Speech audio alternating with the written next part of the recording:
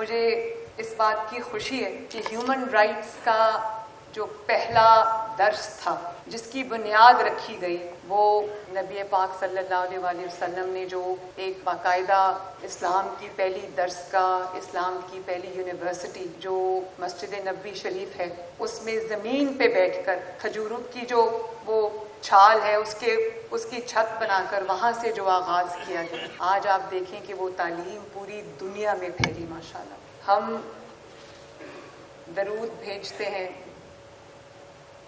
نبی پاک صلی اللہ علیہ وآلہ وسلم پر جو خاتم النبیین ہیں، رحمت للعالمین ہیں، اور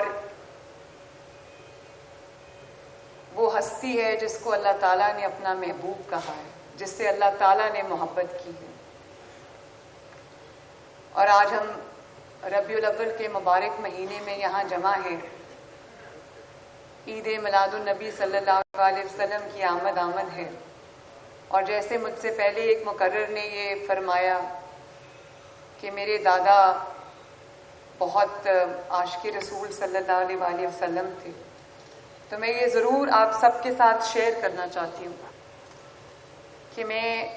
ہمارے گھر میں، ہمارے گھرانے میں، ہماری فیملی میں جو ربیع الاول کا مہینہ ہے اس کو بہت عزت اور احترام سے ایک جشن کی طرح منایا جاتا ہے، اور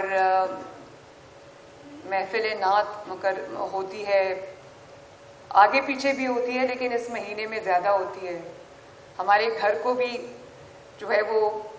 تمغوں سے، بتیوں سے سجایا جاتا ہے، اور یہ میں اپنے بچپن سے دیکھتی آ رہی ہوں۔ مٹھائیاں تقسیم ہوتی ہیں، خوشیاں منائی جاتی ہیں۔ یہ وہ چیز ہے جس کو دیکھ کے میں بڑی ہوئی ہوں، اور اللہ تعالیٰ کا شکر ہے۔ ابھی کسی نے بالکل ٹھیک کہا کہ جو نعت رسول مقبول صلی اللہ علیہ وآلہ وسلم ہے وہ کسی کم ظرف کے لیے نہیں ہے، اسی طرح جو عشق رسول صلی اللہ علیہ وآلہ وسلم ہے وہ بھی کسی کم ظرف اور بدبخت کے لیے نہیں ہے۔ اور اس کا جو آغاز ہے وہ قرآن اور سنت کی تعلیم سے پہلے ایک ماں کی گود سے ہوتا ہے۔ میں بہت سارے ایسے واقعات میرے ساتھ ہوئے ہیں۔ میری والدہ بہت عاشق رسول صلی اللہ علیہ وسلم تھی، میرے دادا جیسے میں نے ابھی بیان کیا، بزرگ سب۔ تو یہ چیز جو آپ کی باقاعدہ تعلیم شروع ہونے سے پہلے جو انسان اپنی ماں کی گود سے، گھر سے سیکھتا ہے، وہ انسان کی زندگی میں بھی کام آتی ہے، زندگی کے بعد بھی کام آتی ہے۔ میں آج کل کے جو والدین ہیں ان کو یہ ضرور کہنا چاہوں گی کہ رات کو جب آپ اپنے بچوں کے ساتھ بیٹھتے ہیں، ان کو سلاتے ہیں، ان کو کہانیاں سناتے ہیں، تو ضرور ان کو ڈزنی کے کیریکٹرز کی باتیں سنائیں، ان کی کہانیاں سنائیں، سٹوری بکس پڑھ کے سنائیں۔ لیکن نبی پاک صلی اللہ علیہ وسلم کی جو زندگی ہے، ان کی جو واقعات ہیں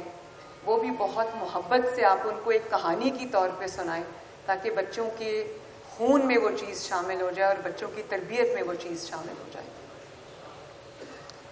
مجھے یاد ہے میرا بیٹا جنید، اس کا نام محمد جنید ہے، ایک ہی بیٹا ہے میرا، وہ بہت چھوٹا تھا، تو ان دنوں ہم ایگزائل میں تھے سعودی عربیہ میں، وہ بہت چھوٹا تھا، تو کوئی اس کو یہ کہتا تھا کہ تم ایسے ہاتھ باندھ کے ایسے کھڑے ہو، نماز ایسے پڑھتے ہیں، سختی سے کبھی بات کی جاتی تھی۔ تو اس نے مجھے ابھی کچھ سال پہلے اس نے مجھے کہا کہ ایک بار میں مسجد نبوی صلی اللہ علیہ وسلم جا رہا تھا نماز پڑھنے کے لیے، میں شاید 6 سال کا تھا یا 7 سال کا تھا، تو اس نے مجھے کہا کہ آپ نے مجھے ایک سرخ گلاب دیا، اور آپ نے کہا کہ روضہ مبارک کے سامنے رکھ دینا۔ تو کہتا ہے کہ وہ تمام سختیاں ایک طرف، اور وہ جو گلاب آپ نے میرے ہاتھ میں دیا تھا، وہ بات میری زندگی میں میرے ساتھ آج تک ہے۔ تو یہ بڑی ایک مبارک محفل ہے، اس میں شرکت بھی، اس کے بارے میں بات کرنا بھی ہر کسی کو نصیب نہیں ہوتا۔ محبت ہر کسی کو نصیب نہیں ہوتی، لیکن جس کے بارے میں اللہ تعالیٰ نے قرآن میں یہ کہہ دیا، میری بہت فیوریٹ آیت ہے وَرَفَعْنَا لَكَ ذِكْرَكَ، کہ اللہ اے نبی میں نے تمہارا ذکر بلند کر دیا، اور وہ اس وقت بھی بلند تھا، آج بھی بلند ہے اور ہمیشہ بلند رہے گا انشاءاللہ تعالی۔ آج بہت بات ہوتی ہے ہیومن رائٹس کی، ویسٹرن ورلڈ میں بڑی بات ہوتی ہے ہیومن رائٹس کی، لیکن مجھے اس بات کی خوشی ہے کہ ہیومن رائٹس کا جو پہلا درس تھا، جس کی بنیاد رکھی گئی، وہ نبی پاک صلی اللہ علیہ وآلہ وسلم نے جو ایک باقاعدہ اسلام کی پہلی درسگاہ، اسلام کی پہلی یونیورسٹی جو مسجد نبوی شریف ہے، اس میں زمین پہ بیٹھ کر کھجوروں کی جو وہ چھال ہے اس کی چھت بنا کر وہاں سے جو آغاز کیا گیا،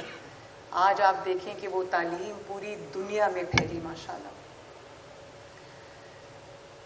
اور جو ہیومن رائٹس کی بنیاد رکھی وہ نبی پاک صلی اللہ علیہ وآلہ وسلم نے رکھی۔ جو آج جتنے بھی آپ ہیومن رائٹس میں کوئی بھی رائٹ اٹھا کے دیکھ لیں جن کو عقل اور دانش مانتی ہے، تو آپ یہ دیکھیں کہ وہ اس کی جو فاؤنڈیشن ہے وہ تب نبی پاک صلی اللہ علیہ وسلم نے رکھی تھی۔ اس کو ہیومن رائٹس کا، انسانیت کا پہلا منشور ہونے کی حیثیت اس کو حاصل ہے، اور اس میں ہر شخص کے، ہر انسان کے حقوق کا تعین کیا گیا ہے۔ آپ اس میں خواتین کو دیکھ لیں، جو معاشرے کے پسے ہوئے طبقات ہیں ان کو دیکھ لیں، جو تفریق کی جاتی ہے انسان کے اندر، امیر اور غریب کے اندر، کالے اور گورے کے اندر، وہ سب تفریق انہوں نے منع فرما دی، اور ایکوالٹی جس کی آج بات ہوتی ہے اس کا سب سے پہلا درس جو ہے وہ جو حجۃ الوداع کے وقت میں جو پہلا چارٹر ہیومن رائٹس کا، انسانیت کا پہلا چارٹر جو ہے وہ نبی صلی اللہ علیہ وسلم نے دیا۔ اور ہم بڑی بات کرتے ہیں، کیونکہ میں خاتون ہوں، لیکن میں اس لیے یہ بات نہیں کر رہی، میرے آگے میرے یہ بھائی بزرگ بیٹھے ہیں، لیکن عورت کے حقوق کی بڑی بات ہوتی ہے، تو میں اس لیے یہ بات یہاں کرنا چاہتی ہوں۔ عورت کو جو حق اسلام نے دیا ہے وہ شاید اس سے سیکھا تو بہت لوگوں نے ہوگا، لیکن شاید وہ کہیں اور نہیں ہے، اور جتنا اس پہ زور دیا ہے، اور معذرت کے ساتھ یہ کوئی تنقید نہیں ہے، لیکن مسلمان معاشرے کے اندر، جس معاشرے میں ہم رہتے ہیں، آپ سب میرے ساتھ اگری کریں گے، کیونکہ یہ حق ہے، سچ ہے۔ کوئی بھی آپ قرآن پڑھیں تو آپ کو پتہ چلتا ہے، آپ حدیث پڑھیں تو آپ کو پتہ چلتا ہے کہ جو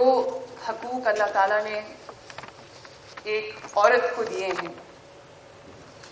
وہ شاید اور کہیں نظر نہیں آتے۔ اور آج میں کچھ باتیں ایسی کروں گی جو کبھی منظر عام پہ کم آتی ہیں، زیادہ آنی چاہیے۔ شوہروں کے حقوق کی بات ہوتی ہے، بیویوں کے حقوق جو اللہ تعالیٰ نے ڈیفائن کر دی۔ حدیث میں آتا ہے کہ تم سب میں سے بہترین شخص وہ ہے جو اپنی بیوی کے لیے اچھا ہے۔ اور پھر نبی صلی اللہ علیہ وسلم نے حضرت فاطمہ الزہرا کے بارے میں کیا فرمایا کہ میرے دل کا ٹکڑا ہے۔ جب حضرت فاطمہ الزہرا تشریف لاتی تھی تو نبی صلی اللہ علیہ وسلم کھڑے ہو جاتے تھے، کھڑے ہو کے ان کا استقبال کرتے تھے، ان کا احترام کرتے تھے۔ تو بیٹیوں کی جو عزت اور احترام کا درس ہمیں وہاں سے ملا ہے، ہمیں اپنے آپ سے پوچھنا چاہیے کہ کیا ہم اس کو اپنی زندگیوں میں امپلیمنٹ کرتے ہیں۔